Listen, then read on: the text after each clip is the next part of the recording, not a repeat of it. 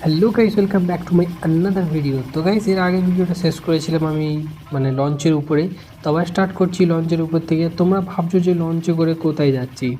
তো আমরা মানে মুকুটমণিপুর থেকে আর একটা জায়গা আছে যেখানে মানে লঞ্চে করে প্রায় 3 ঘন্টা 3.5 ঘন্টা লেগে যায়। বাইকে করেও যাওয়া যায়, কিন্তু মানে বোটে করে গেলে অনেক কিছু দেখার থাকে। আর সামনে যে আইল্যান্ড মতোটা দেখতে পাচ্ছ দূরে, ওখানেই আমরা যাচ্ছি। তো এটা দেখতে কাছে লাগছে, কিন্তু অনেকটা সময় লাগছে পার হতে। আর তোমরা ভিডিওটাকে পুরোটা দেখার চেষ্টা করবে, স্কিপ করবে না, পুরোটা দেখবে, আশা করি ভালো লাগবে। তোমাদের এই জিনিসটা দেখাই, মানে যে টিউব হয় না, যে বাইকের লরি যে বড় টিউব হয়, তার মধ্যে ভেসে ভেসে এরা এইভাবে মাছ ধরছে। খুবই সুন্দর একটা ব্যাপার।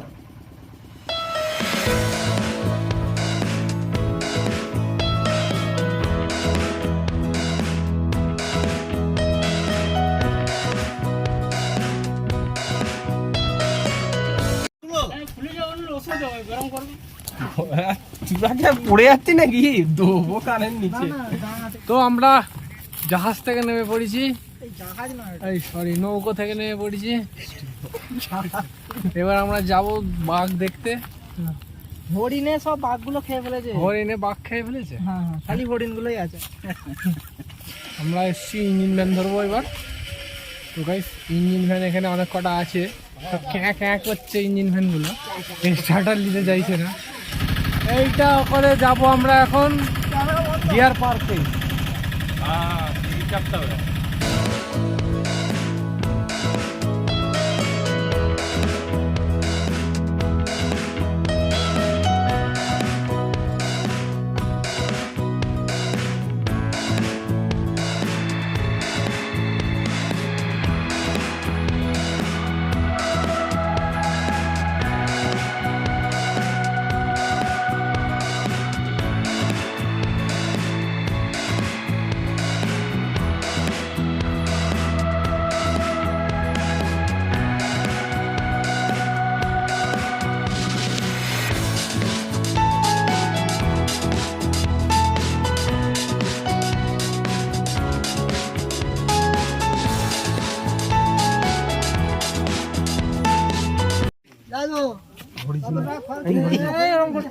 বিরক্ত করুন। হ্যাঁ ধরেছি।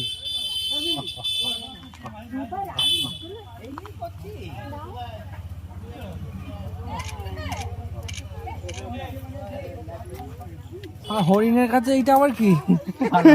কালো মতো, কালো হরিণ নাকি?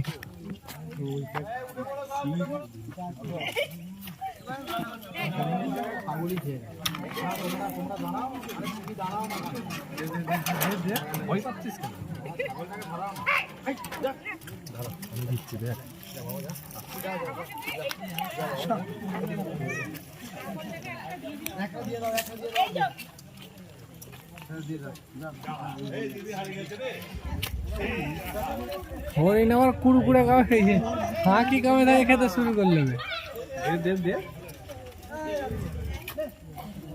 এই ওইটা বড়, ওইটা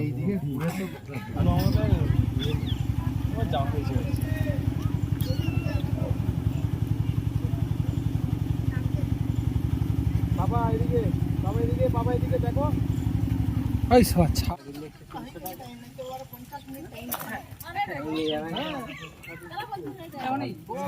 এই হরিণগুলো, ওই দিঘা হরিণগুলো বাঁধে ওখানে।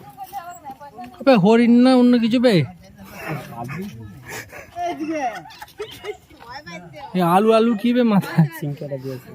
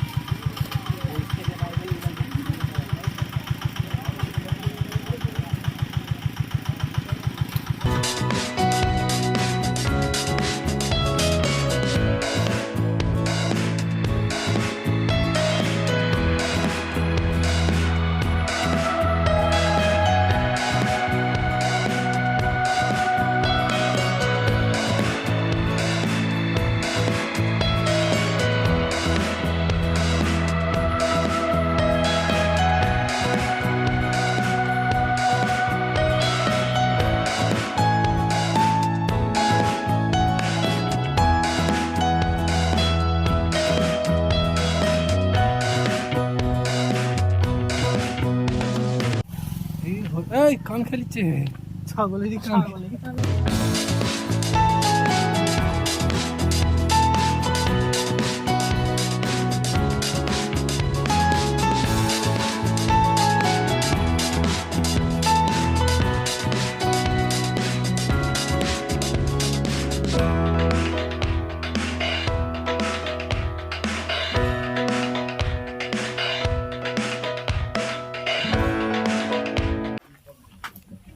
টিয়া পাখি তো ধরতে যায় না এখন, কেস করে দেবে বলছে।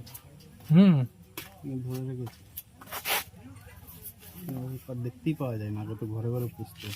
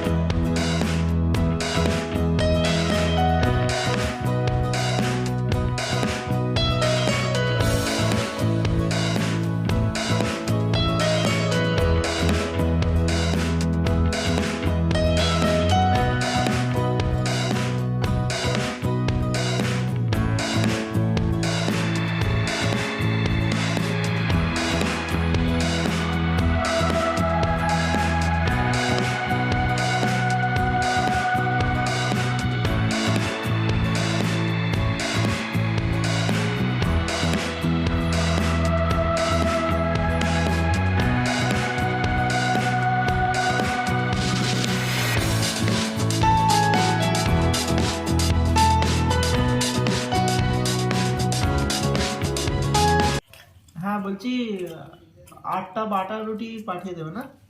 আর 8টা, হ্যাঁ বলছি 8টা বাটার রুটি পাঠিয়ে দেবেন, 8টা। তো গাইস আমরা এখন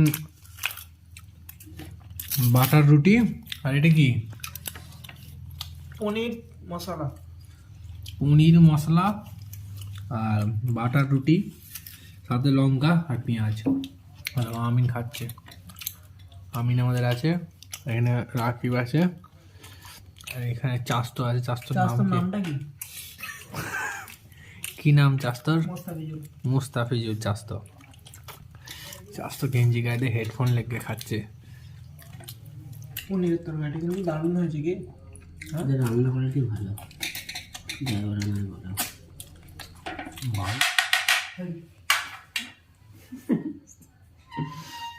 এই পেরে ঠুকছে কেন?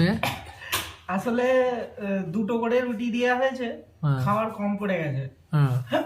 আবার মানে তরকা 8টা রুটি, 1 প্লেট এক তরকা ওনার জন্য স্পেশালি অর্ডার দেওয়া হয়েছে। ওটা যতক্ষণ না আসছে ততক্ষণ ঠুকে যাবে। রাগটা প্লেটের উপরে। এই প্লেট ডিমটা ফসকে ফসকে পালাচ্ছে কেন? ডিমটা ফসকে ফসকে পালাচ্ছে কেন? উঠছে না কেন? এই দেখো নদীতে জাল ফেলছি, এই কই মাছ উঠে।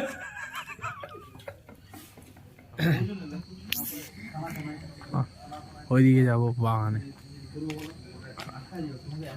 এটাই এটা খাতারনাক লাগছে এটা, কিন্তু আলো জ্বলছে বা আগুন লাগে।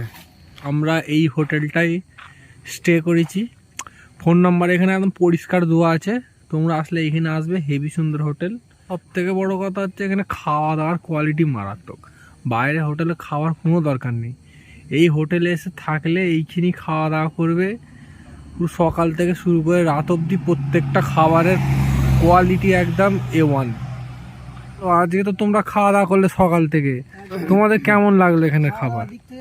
হ্যাঁ সুন্দর খাওয়া দাওয়া, হুম, অ্যাফোর্ডেবল প্রাইসও ঠিকঠাক। আর হোটেলের রুমগুলো কেমন ছিল? রুমগুলো আমাদের তো 4 বেডের যে রুম নেওয়া হয়েছে, হুম, এসি রুম, হুম। ঠিক আছে।